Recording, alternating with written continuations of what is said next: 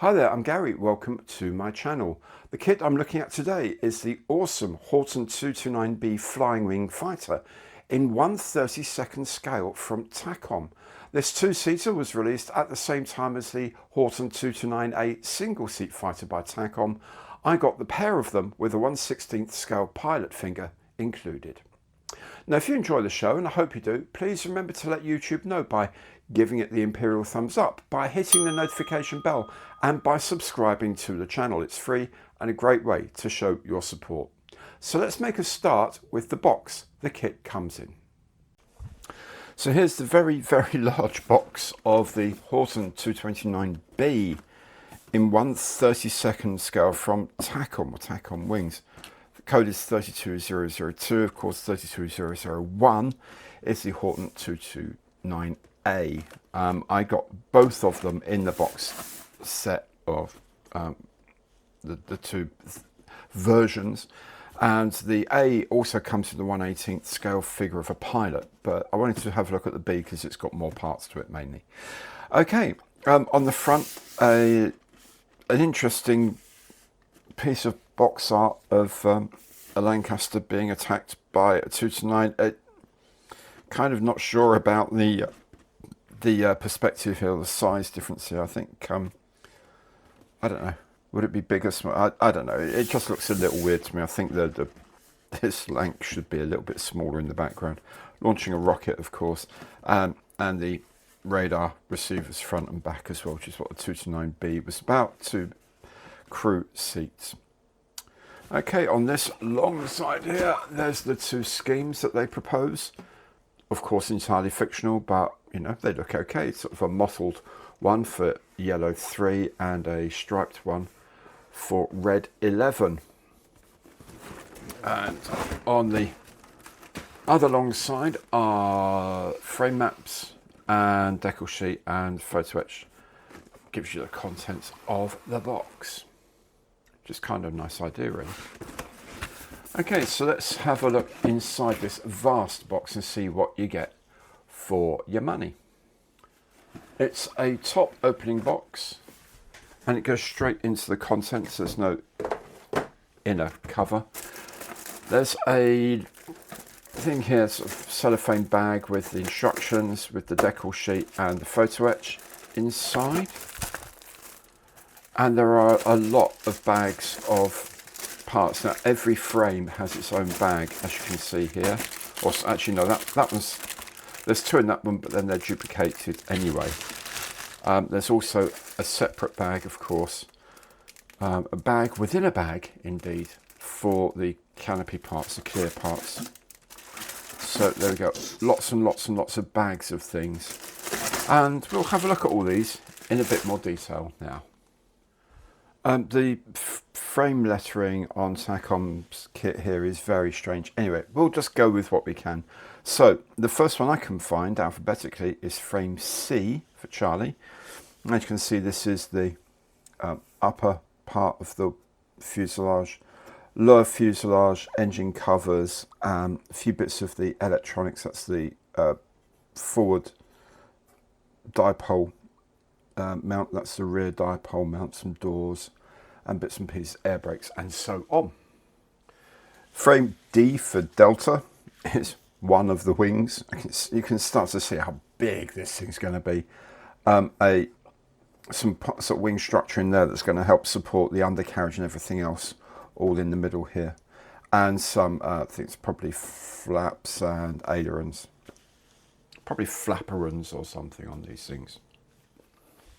Frame E is the same but for the other wing, so a lot of the components are actually sort of flipped over, mirrored, so that's why it's not just a duplicate frame. Frame F, these are largely the structural components of the base of the aircraft, so the support where the cockpit will sit on, these are the supports for the undercarriage, everything seems to go on these sort of 2 bits of the frame here.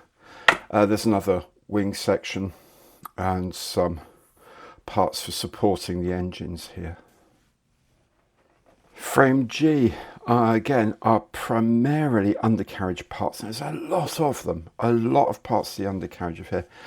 This is the main nose wheel.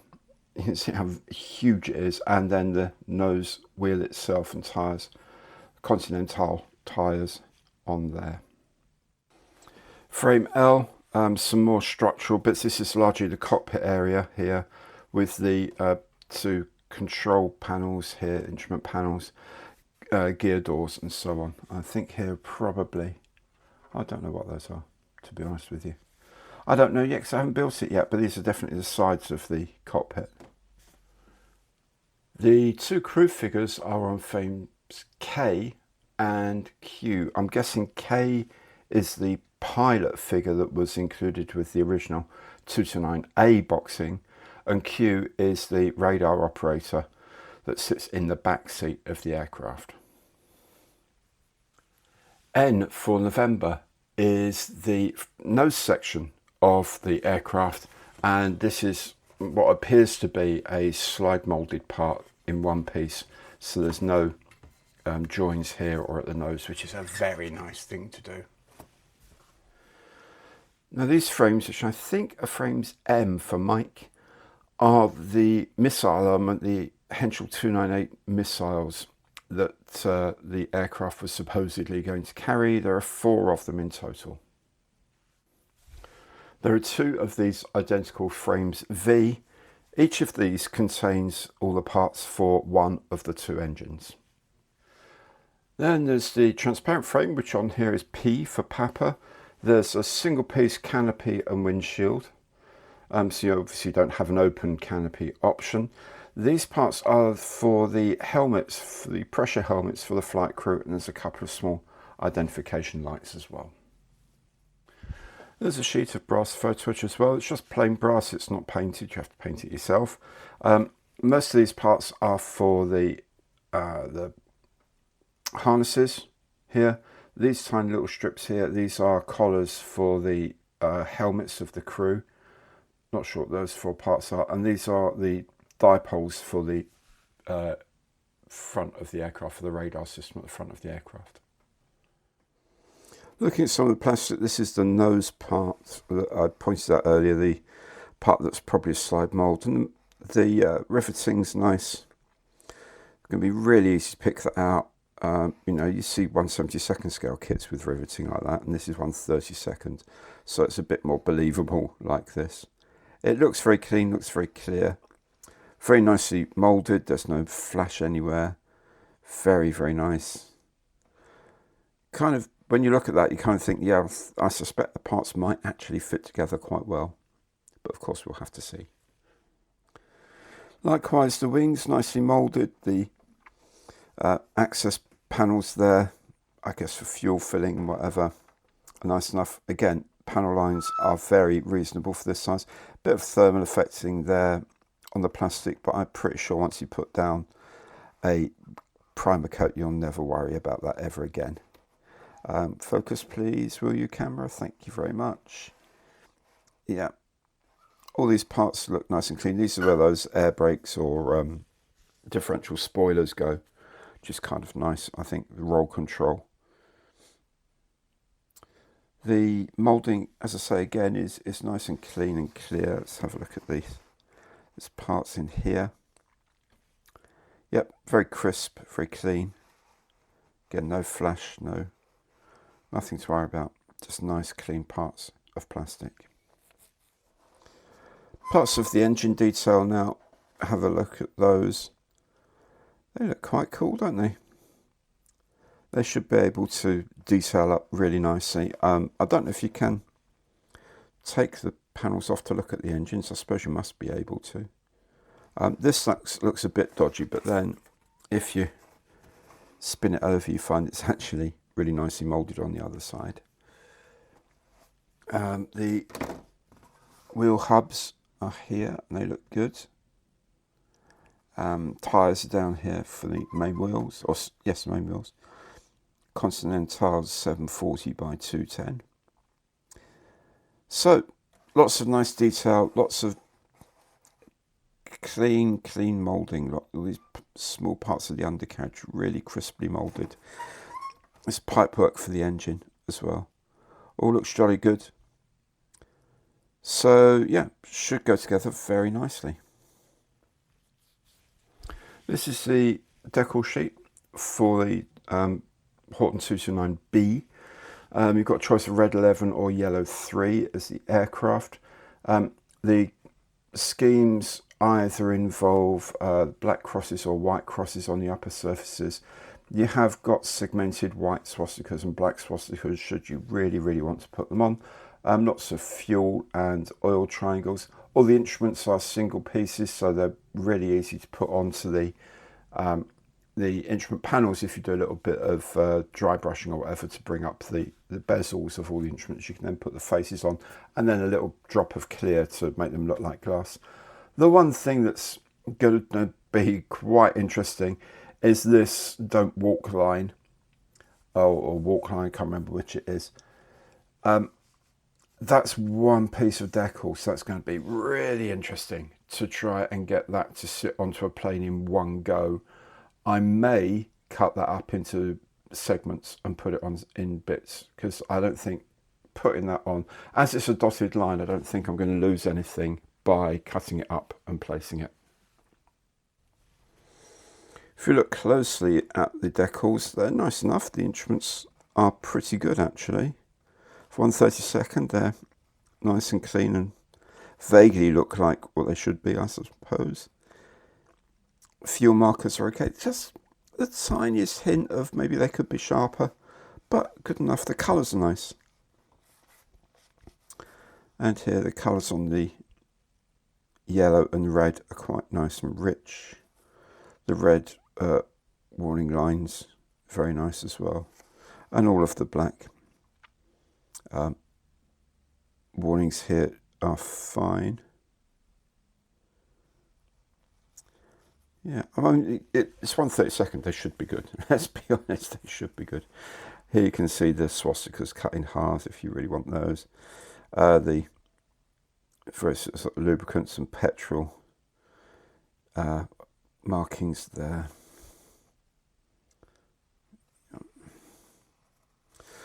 Yeah, so I think when this decides to focus, yeah, I think they're going to be fine. They're going to be okay. Instruction sheet, fairly straightforward here. It's just a mono side view line drawing, Horten 229B. A bit of the history of the aircraft here in English and other languages, which is kind of interesting. On the inside, a few warnings, how to apply the decals, how to use photo etch, which is kind of nice. There's a parts map with all the frames that we've looked at already, the photo etch and the decal sheet as well. Then inside it's the assembly. They are, you know, the usual sort of views. These are unshaded, just simple line drawings. In the main, they look quite straightforward. There are times when you're putting everything together, that's fantastic. But there are times on the undercarriage in particular. Let's see if I can find it here for you. There are times on the undercarriage here, yeah. Open and closed, what's open to closed, and here it is. I'm guessing that's supposed to be something to do with the undercarriage. I don't know. Or I don't know what's open and what's closed in this case, but I guess it's the gear. As you can see, it's quite a complicated tub to build, quite a spidery sort of affair. And you put these troughs on here, then you put the engines on, assemble the engines, then the engines sit into these troughs. There's seats to make, and the pilot's controls go on here. The seats are here. The pilots themselves are made up in lots and lots of pieces, and then you can either wrap the photo etch straps over them, or if you're leaving the pilots out, have the straps dangling, which is kind of a nice idea to do that. Of course, there's a rear seat radar operator as well. Layout for all of the instrument decals, which is very nice. And then the side pieces to form the fuselage. The cockpit tub sits into the framework as well. Top of the frame goes on. and that's essentially the core of the aircraft. Again, these things open and closed. I'm assuming they're the undercarriage.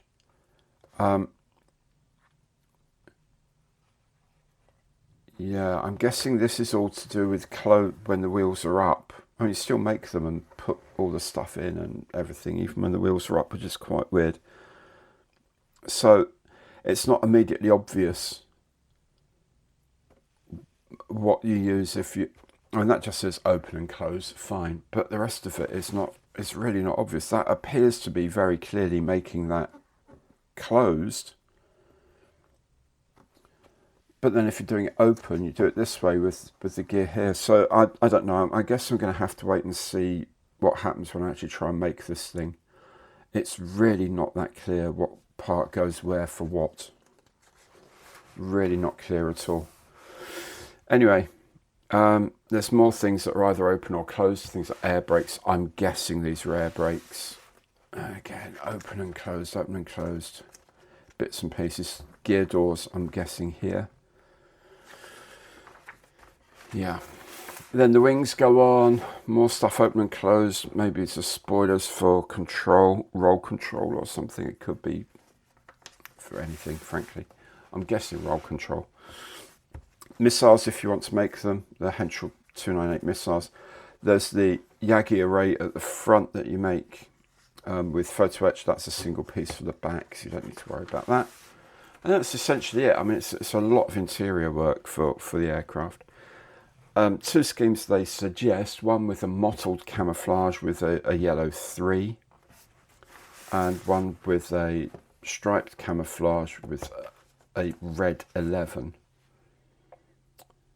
And then they give you some paint ideas for the interior bits and pieces, what the cockpit area should look like, what the crew should look like, what the instrument panel should look like, and what the engines should look like. So that's the instruction booklet. There it is, and what a beast of a kit it looks. The interior looks like a big bird cage, so it will take a lot of dry fitting, especially as from time to time the instructions seem a little less than helpful. However, it's a kit that really needs to be built. I'm thinking of maybe this one in full with some open panels and gear down, the 229A with wheels up and flying, and the pilot figure standing alongside the pair of them as a kind of a rather large montage. But I'll see how far all that goes. Now, if you enjoyed this video, and I hope you did, please let YouTube know by giving it the imperial thumbs up, hitting that notification bell and subscribing to the channel. Thank you so much for watching today, and goodbye.